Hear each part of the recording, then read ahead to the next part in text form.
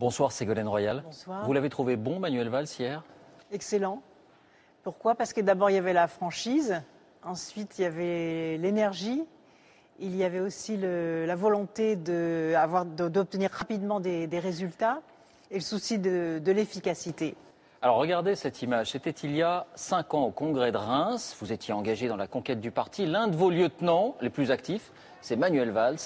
Aujourd'hui, il se débat pour vous ménager, pour vous réserver de l'espace. Aujourd'hui, on pourrait dire d'une certaine manière que les rôles sont inversés. C'est lui le patron, entre guillemets. C'est difficile à accepter.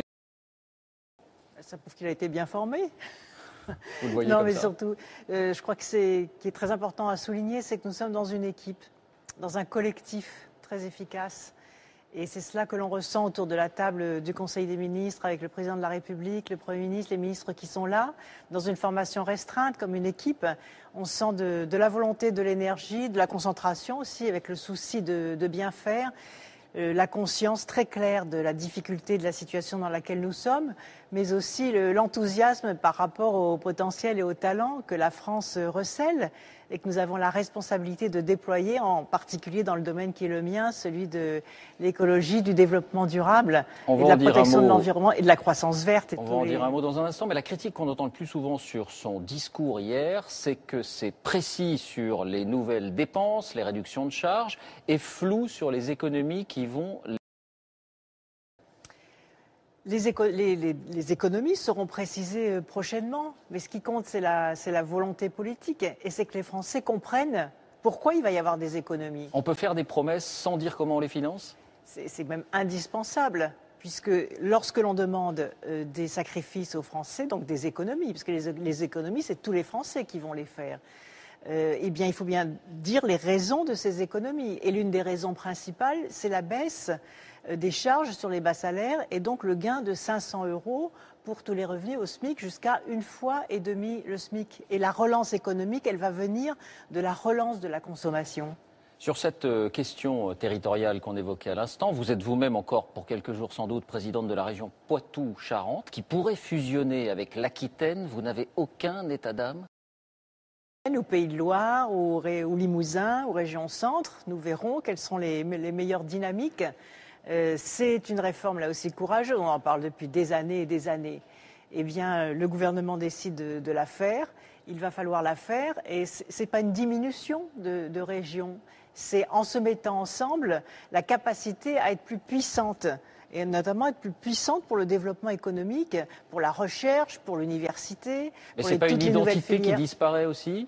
Poitou-Charentes, par exemple. Les identités resteront. Regardez, à l'intérieur de la région Poitou-Charentes, vous avez 4 départements avec leurs identités. Quand les régions ont été créées, on n'a pas dit les identités des départements disparaissent. Et à l'intérieur de chaque département, il y a des pays. Le Marais Poitevin, le pays du Nord de Sèvres, le Bocage, etc. Donc à l'intérieur des départements, il y a déjà des identités territoriales, géographiques très fortes.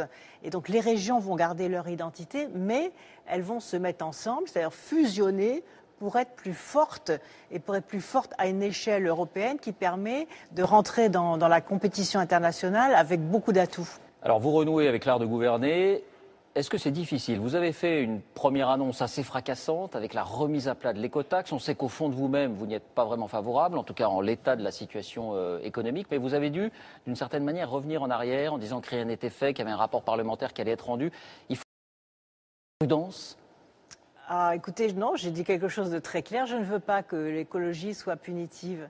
Je ne veux pas que la protection de l'environnement se traduise pour les Français, pour les entreprises, par des impôts nouveaux. Il faut regarder ce qui se passe.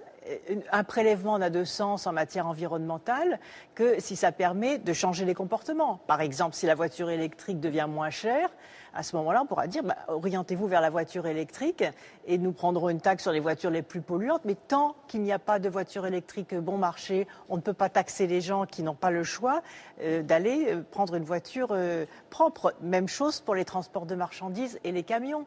Tant que les camions n'ont pas le choix de transporter leur matériel ou leur cargaison sur les trains, les taxer sans leur permettre de changer leur comportement n'apporte rien à l'environnement. Donc vous voyez par ces exemples à quel point la croissance verte, la performance énergétique dans les bâtiments, qui sont les grands chantiers dont j'ai la charge aujourd'hui, non seulement poussent en avant nos entreprises, à la fois les grands groupes et les PME, l'innovation, la recherche, et créent des emplois et en même temps donnent du bien-être, parce que derrière tout cela, c'est la protection de la santé, c'est la lutte contre la pollution, c'est la protection des ressources naturelles, c'est la disparition des pesticides, par exemple. Et devant vous, là, sur France 2, j'appelle par exemple tous les maires à supprimer les pesticides dans les espaces verts et en premier lieu dans les écoles, parce que les pesticides sont une atteinte à la santé et qu'il y a aujourd'hui des produits qui permettent de renoncer aux pesticides et donc de reconquérir ce qu'on appelle la biodiversité, c'est-à-dire des espèces comme les papillons, par exemple, qui ont parfois totalement disparu de certaines communautés.